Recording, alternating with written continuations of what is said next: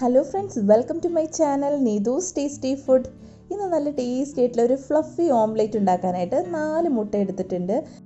ഒരു ബൗളിലേക്ക് മുട്ടയുടെ വെള്ളയും വേറൊരു ബൗളിലേക്ക് മുട്ടയുടെ മഞ്ഞക്കരുവും മാറ്റാം. മുട്ട നല്ലപോലെ കഴുകിയതിന് ശേഷം വേണം ഇതുപോലെ പൊട്ടിച്ചൊഴിക്കാനായിട്ട്.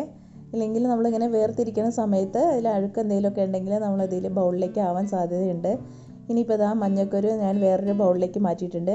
അങ്ങനെ 4 മുട്ടയുടെയും നമുക്ക് ഇതുപോലെ തന്നെ ചെയ്തെടുക്കാം. ഇനി ഈ വെള്ളയിലോട്ട് നമുക്ക് 2 ടീസ്പൂൺ പഞ്ചസാരയാണ് അത് ചേർത്ത് കൊടുക്കാം.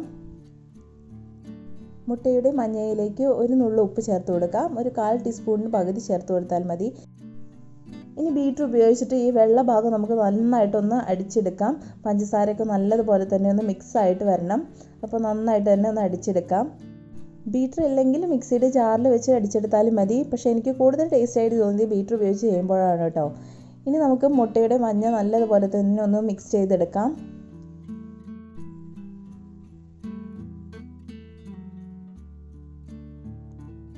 ഉപ്പൊക്കെ ഒന്ന് അലിഞ്ഞ് വരുന്നവരെ നമുക്കൊന്ന് ഇളക്കി കൊടുത്തതിന് ശേഷം മുട്ടയുടെ നമ്മൾ ബീറ്റ് ചെയ്തെടുത്ത മുട്ടയുടെ വെള്ളയിലേക്ക് നമുക്ക് ഈ മഞ്ഞ ഒഴിച്ചു കൊടുക്കാം.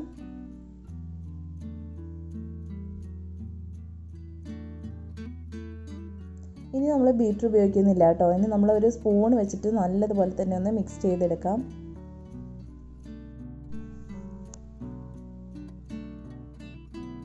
ഇതിപ്പോൾ നല്ലതുപോലെ മിക്സായി വന്നിട്ടുണ്ട്. ഇനി നമുക്ക് പെട്ടെന്ന് തന്നെ ഇത് ഉണ്ടാക്കാനായിട്ട് നോക്കാം.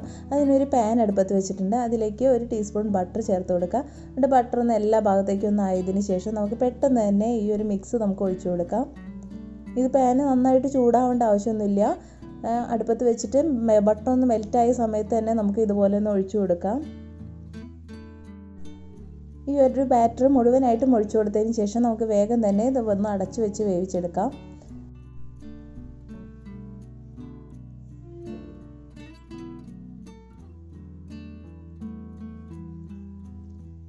ഇപ്പോൾ ഒരു 4 മിനിറ്റ് കഴിഞ്ഞിട്ടുണ്ട്. ഇനി നമുക്കിതൊന്ന് തുറന്ന് നോക്കാം. ഇപ്പോൾ ഇത് ഏകദേശം ആയിട്ടുണ്ട്. ഇനി നമുക്കൊന്ന് പെട്ടെന്ന് തന്നെ ഒന്ന് മറിച്ചിട്ട് കൊടുക്കാം.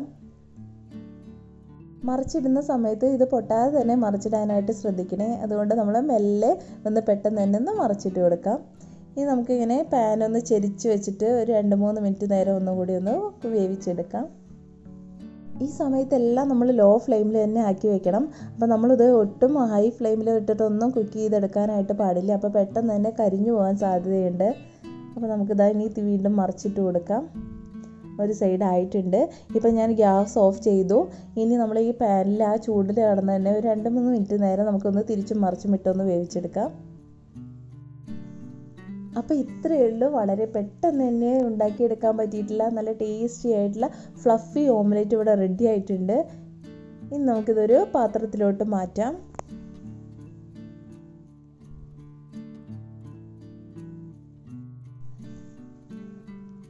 കുട്ടികൾക്കൊക്കെ നന്നായിട്ട് ഇഷ്ടപ്പെടും കേട്ടോ ഈ ഒരു ഓംലേറ്റ്. അപ്പോൾ നമ്മൾ മുറിക്കുമ്പോൾ തന്നെ നല്ല സോഫ്റ്റാണ്. അതുപോലെ തന്നെ ഉള്ളൊക്കെ നല്ലതുപോലെ തന്നെ വെന്ത് വന്നിട്ടുണ്ട്.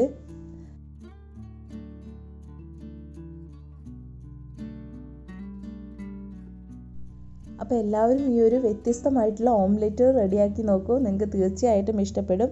വീഡിയോ കണ്ട എല്ലാവർക്കും ഒരുപാട് നന്ദി. വീഡിയോ ഇഷ്ടപ്പെട്ടിട്ടുണ്ടെങ്കിൽ ലൈക്ക് ചെയ്യാനും കമൻറ്റ് ചെയ്യാനും ഷെയർ ചെയ്യാനും സബ്സ്ക്രൈബ് ചെയ്യാനും മറക്കരുത്. അപ്പോൾ അടുത്ത വീഡിയോ ആയിട്ട് വീണ്ടും കാണാം. താങ്ക്